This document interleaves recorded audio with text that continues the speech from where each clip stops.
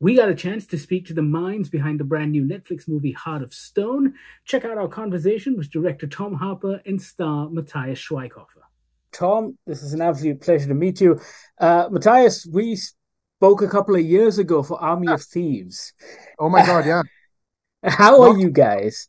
We're good. We are, well, actually, we've just finished the film today. Like, I just came from the final screening and we had a little lunch to celebrate, and then we've come here. So it's the quickest time from finishing the movie to press that I ever had. So, but we're Oh, good. fantastic.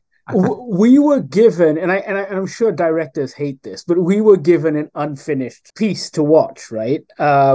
Because we had to do these interviews. But Tom, I guess this is, I was looking through your filmography, and this is your first out and out bish bash action flick. And I was wondering what kind of drew you to it. Was it something that you've always wanted to do? Yeah, is the answer. I think I've always wanted to do something on a big scale. And it's taken quite a lot of films, quite a lot of time to be able to work up to be able to persuade someone to give me give me the money and the space to be able to do it. So yeah, it's always been something been interested in. But having said that, actually, what it comes back to is all about the character story and working with the actors. Matthias, who I'm here with, but also Gal Gadot, with Alia Bart, with Sophie Okonedo, with a whole wonderful cast of people. And actually, even though there's more money, there's big set pieces, stunt sequences. Actually, the heart of it, if you like, is it's a camera and some actors in a room performing the story, and it's the same thing, really. I was going to say, you've assembled quite a lineup. Matthias, every time I see your name in a lineup, I'm delighted because it's just so fun. You're just so fun to watch. And I'm curious, being a director yourself, does that change the way you work with other directors on set? Or are you able to like flip a switch and go, I'm in actor mode now? Yeah, I mean, and actor mode was always on when I worked with Tom Harper because he's an amazing director and I knew his work. So I was like pretty happy, and I knew he had all this pressure on his shoulders, and I had like the best time of my life.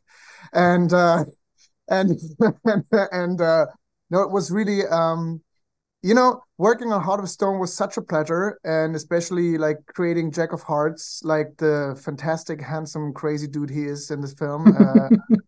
But thank you for your compliment. It's it was so much fun because with Tom and sorry, I have to say, I never said it to you, Tom, Derek, but what Tom really does is he creates this wonderful atmosphere on set where you're always allowed to throw in ideas, go over borders, and do the best you can for the character. That's amazing, and he's still this wonderful, warm-hearted human being. So it was cool. So that's why Jack of Hearts is kind of one of the lead actors, but it's lead characters, but the same.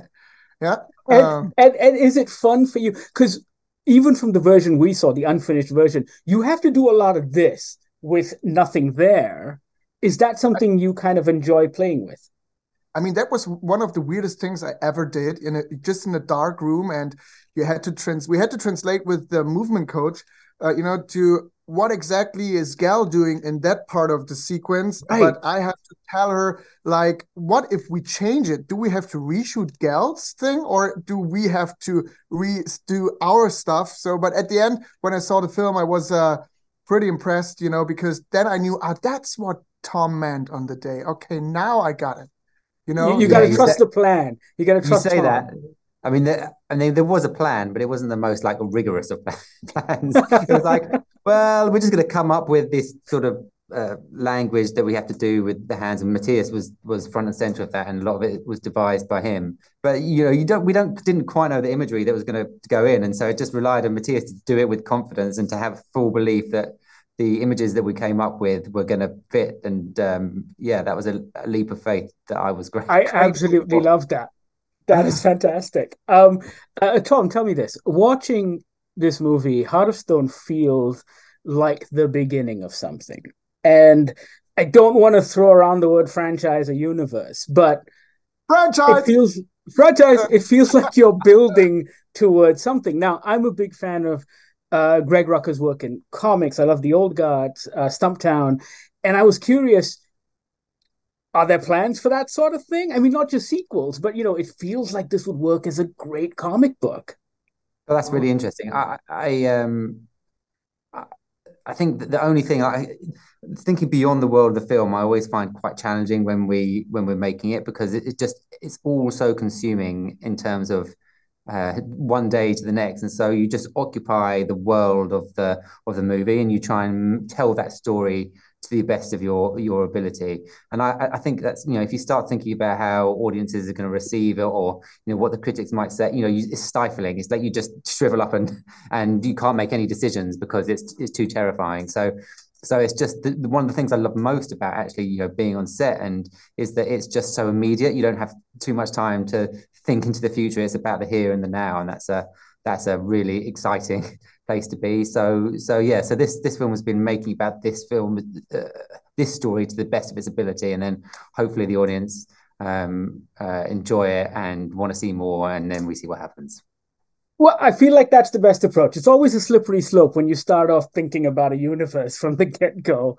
That said, I was speaking to Jamie when he was in Brazil a couple of weeks ago, and I had a whole bunch of suggestions on sequel titles, like Set in Stone, Blood from a Stone, Stonewall, No Kidney Stone Unturned, Kidney Stone, the most painful installment. I'm telling you, it's practically writing itself. We're gonna have to use some of those. It's a freebie. You can have it. Yeah, I mean, I thought about Stone Deaf as well, but I don't know if that's politically correct right now. So I think we all might get cancelled if we do that one. Tell me this: you craft some pretty incredible action set pieces throughout the film. Matthias, I'm sorry to say, I think maybe in the sequel you can get your hands dirty a little bit, but yeah, in crafting this, in that introduction to the unfinished version, there's a voiceover of Gal saying how a lot of it was practical. And I'm curious about that decision, because, I mean, so many people like to do the CGI or take the CGI route because it's just, sometimes it can be a little more efficient. What was your decision process in going, hey, we're going to do some practical effects with this one? Well, one of the main themes of the film is about how we use technology in the most productive way, the way that's kind of as a wonderful asset, as a great tool, but it doesn't stifle our ability to make human decisions. And I think that now, because so much is possible in terms of CGI, in terms of visual effects, that doesn't necessarily mean to say you want to do it. And my feeling is, I've seen so many films that do have these incredible sequences, but the danger is that you lose your they ground. Lack weight. Right? Yeah, you lose your grounding in reality. And if you have no grounding in reality, then again, the danger is you lose the stakes of the character because they're not. So we always wanted to make this to be connected to real characters that bleed, that have emotions, that see the consequences of the things that happen around them. So we sort of applied that to everything that we did. Obviously, that's in the story, the script and the storytelling, but also we wanted that to apply that to the action as well, which meant that we wanted to try and do as much as possible for real. And I think we did.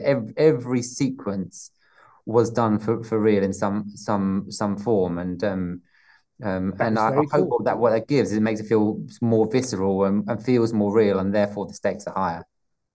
Yeah, absolutely. I'm all out of time. They're telling me to wrap. Gentlemen, this has been an absolute pleasure. Congratulations on the movie, Matthias. I'm still waiting for that Army of Thieves sequel. Make it happen.